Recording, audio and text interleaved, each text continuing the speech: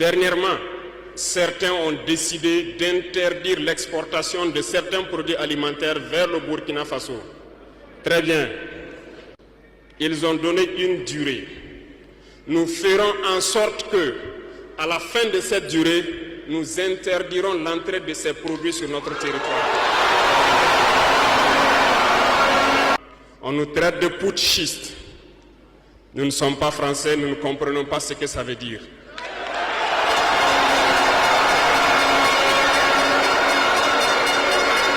Et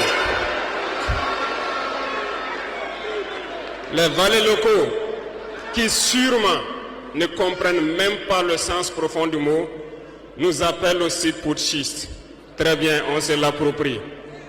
Au fil de ces années, pour ce qui concerne le Burkina Faso, vous avez dû remarquer, tous les corps ont été déstructurés. Plus d'entraînement, plus rien pour l'armée. Ils ont imposé dans tous nos états-majors, toutes nos écoles et toutes nos structures stratégiques ce qu'ils ont appelé des conseils militaires. Lorsque nous nous sommes révoltés le 30 septembre 2022, la première des choses était de chercher à savoir qui sont ces conseillers militaires et où ils étaient. Nous avons donc pu identifier que le mal est profond. Et la première des choses était de leur demander de quitter notre armée.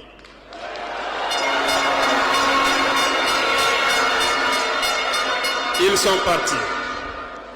Et ce que je vous disais il n'y a pas longtemps, vous ne pouvez pas espérer retrouver votre objet perdu en faisant appel à celui qui vous l'a volé de venir vous aider à le chercher. Lorsque nous avons déjà demandé aux conseillers de partir, nous avons senti des manifestations. On nous a fait comprendre qu'on ne pourra pas s'en sortir sans eux. Et à chaque fois qu'ils nous le disaient, ça s'est traduit par des attaques d'envergure sur le terrain. Nous avons bien reçu le message. Lorsqu'à l'orée donc de l'année 2023, nous avons décidé de dire donc aux forces étrangères présentes ici de partir parce que nous voulons lutter en burkinabé.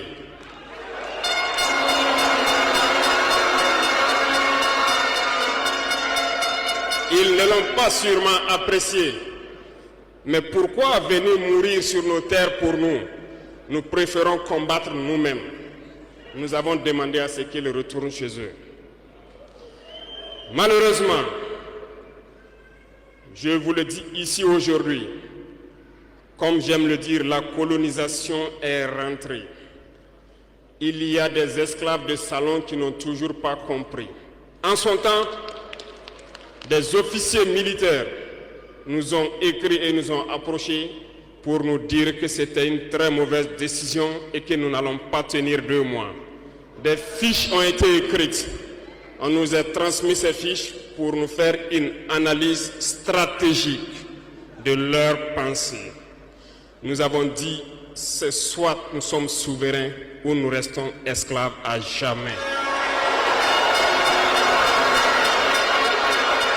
Effectivement, lorsque le dernier soldat a quitté le Burkina Faso, nous avons compris de quoi est-ce qu'il s'agissait. Les attaques se sont enchaînées immédiatement. Déou, Tinakov, Partiaga, ainsi de suite. Mais ce qu'ils avaient oublié, c'est que le peuple du Burkina Faso avait compris notre message et s'était engagé sur la même voie que nous.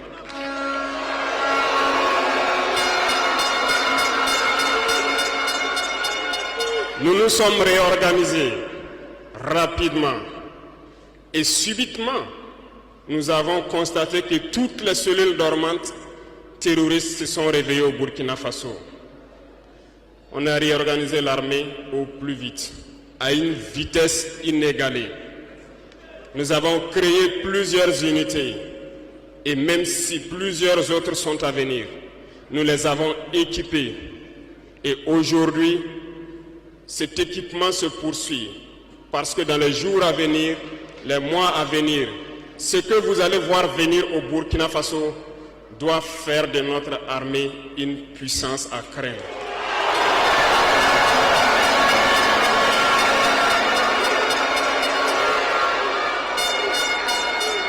Nous n'allons pas lésiner sur les moyens. Nous avons compris que le combat qui est engagé contre l'impérialisme sera dur, très dur. Mais seuls les durs vont passer et les Burkinabés sont des durs. Et nous allons passer. Mais aujourd'hui, nous n'avons plus de sentiments sur ce volet.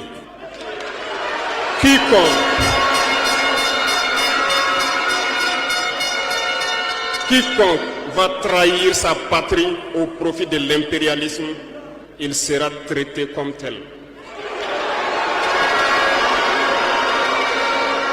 Nous avons mis en garde pendant plus d'1 an les valets locaux, les esclaves de salon, pour qu'ils ne trahissent pas leur patrie au profit de l'impérialisme. Certains ont compris, se sont rangés. D'autres n'ont pas compris, peut-être se croyant plus malins. Mais aujourd'hui, nous n'avons plus de sentiments sur ce volet.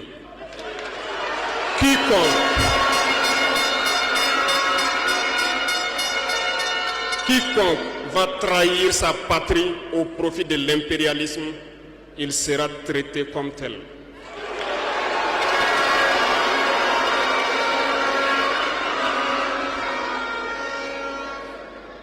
Revenant à notre fameuse CEDEAO. Depuis que nous avons décidé de quitter la CEDEAO, les esclaves de salon ont été actionnés partout. Ils veulent faire peur au peuple. Ils veulent faire peur à tout le monde. Dieu merci. Dans un passé récent, il n'y avait qu'une poignée de gens qui avaient droit à la parole. Sur les plateaux télé, c'est ce qu'ils se disaient, qui étaient donc prêts pour évangile. Aujourd'hui, avec les nouvelles technologies, qui ont bien sûr des avantages et des inconvénients, tout le monde a droit à la parole. Et je pense que les Wanyis sont les premiers à confirmer cela.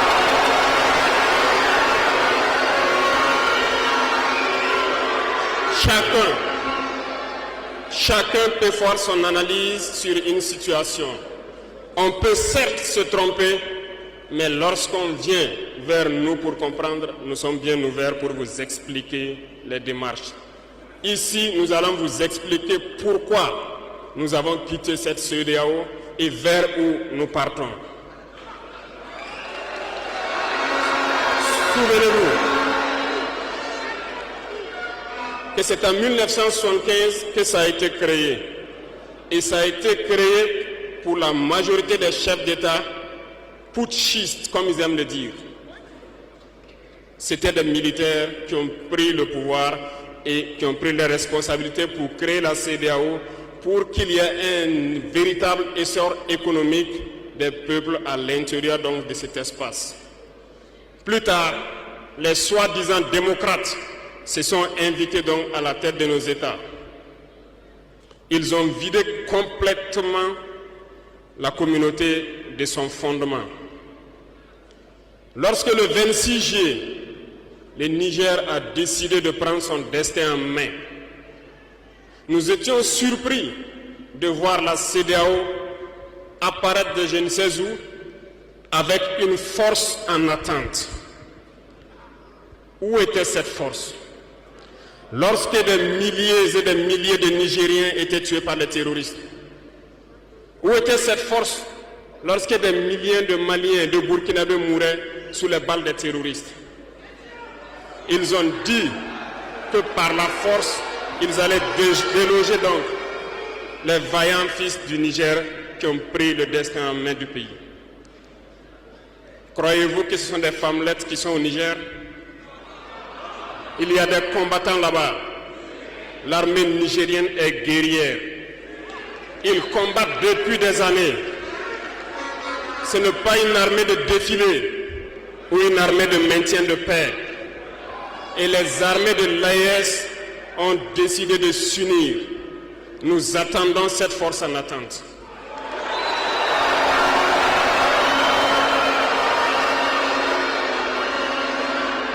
Il faut que ces soi-disant démocrates le comprennent. Lorsque des milliers de Nigériens sont morts sur leur lit d'hôpital par manque d'électricité ou par manque de médicaments, c'est du crime. Ils sont responsables de ces sanctions, ils sont responsables de ces morts. La même chose se passe au Mali. Avec le Burkina, nous avons des sanctions indirectes. Parce qu'il faut que les gens comprennent. Lorsqu'ils prennent leurs consignes de l'autre côté, ils viennent, ils font tout pour l'appliquer. C'est honteux. Certains ont décidé de ne pas fournir l'électricité à nos pays. Ce n'est pas gratuit, nous payons. Et ça contribue à leur économie.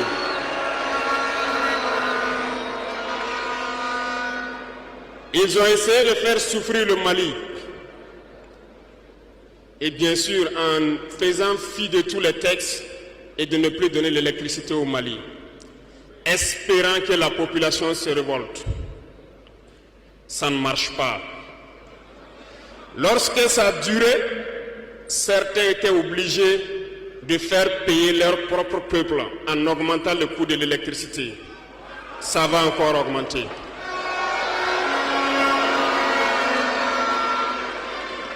Cela nous donne plusieurs leçons.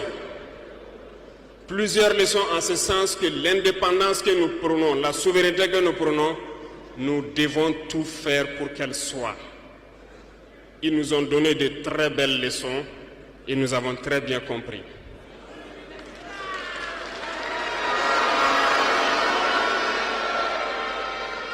Certains ont fermé leurs ports, ce qui d'ailleurs va à l'encontre de tous les textes internationaux parce qu'on ne peut pas fermer les ports à un pays sans littoral. Ils l'ont fait, ils ont violé les textes. La communauté internationale n'a pipé mot. Personne n'a parlé dans la CEDEAO. Mais dans les ports, nous ne faisons pas transiter nos marchandises gratuitement. Nous payons.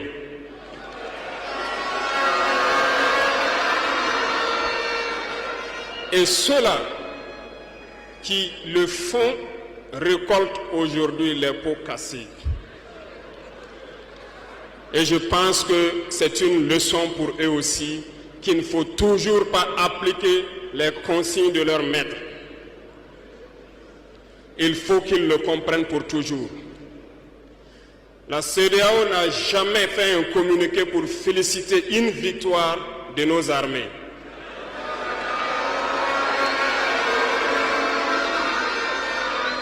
À peine, elle condamne du bout des lèvres et très rarement lorsqu'il y a des massacres.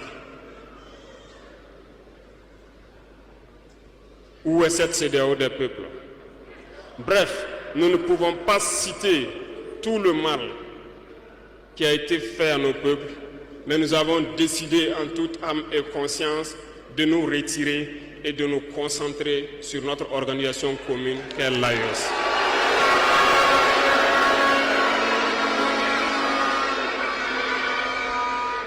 Retenez que il n'y a pas de peur, parce que en prospectant et en nous mettant au travail, nous avons remarqué une chose.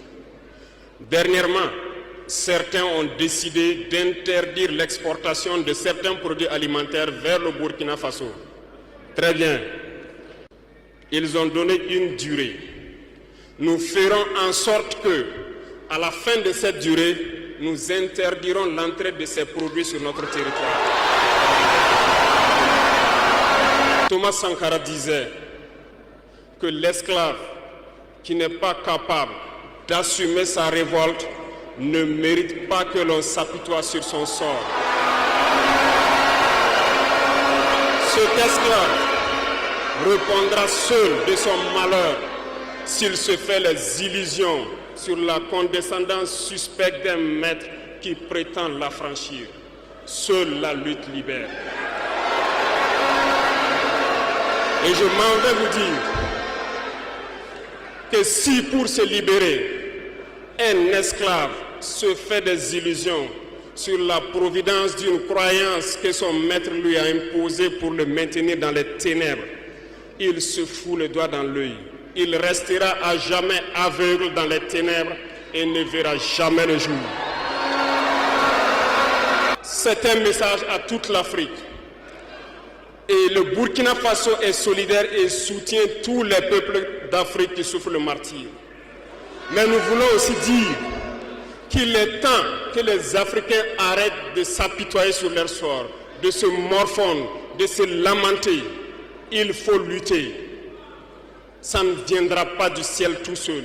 Il faut lutter d'abord et Dieu va vous aider.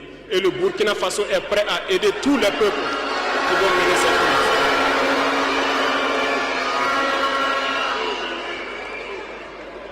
Dites-leur à tous ces peuples qui se battent, il est temps qu'ils disent la vérité à leurs dirigeants. Au Burkina Faso, lorsqu'il s'est agi pour nous de contribuer donc pour que le FDS soit équipé, les députés n'ont plus de salaire aujourd'hui. Ils n'ont que des indemnités de session. Les salaires des ministres ont été diminués au maximum et le peuple contribue. Vous ne pouvez pas lutter et vouloir que les dirigeants soient dans un luxe insultant. Les peuples doivent se réveiller et exiger cela de leurs dirigeants.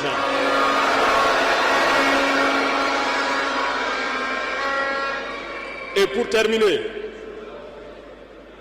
je lance donc un appel à tous les peuples de l'AES, à travers vous, pour qu'ils restent unis et solidaires.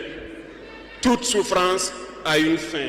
La lutte que nous avons engagée est dure, mais il faut rester la tête sur les épaules, parce que l'arme fatale de l'impérialisme reste la manipulation à travers la communication. Sachez reconnaître les valeurs locaux, sachez reconnaître les esclaves de salon, sachez reconnaître tout ceux-là qu'on soudoie pour venir vous vendre de fausses informations. Pour vous-même, restez serein et ne vous divisez pas. Parce que l'impérialisme a 1000 manèges dans son sac. Vous devez être vigilant, vigilant et très vigilant. Merci à vous les VDP donc des différentes villes qui veillent jour et nuit pour que notre patrie reste debout. Et donc rendez hommage tous les jours aux FDS et aux VDP qui se battent au front. Merci beaucoup pour votre attention. Merci à tous ceux qui se sont déplacés ici pour que nous puissions nous entretenir. Merci à ceux qui sont dehors, qui n'ont pas pu accéder. La patrie ou la mort, nous d'accord.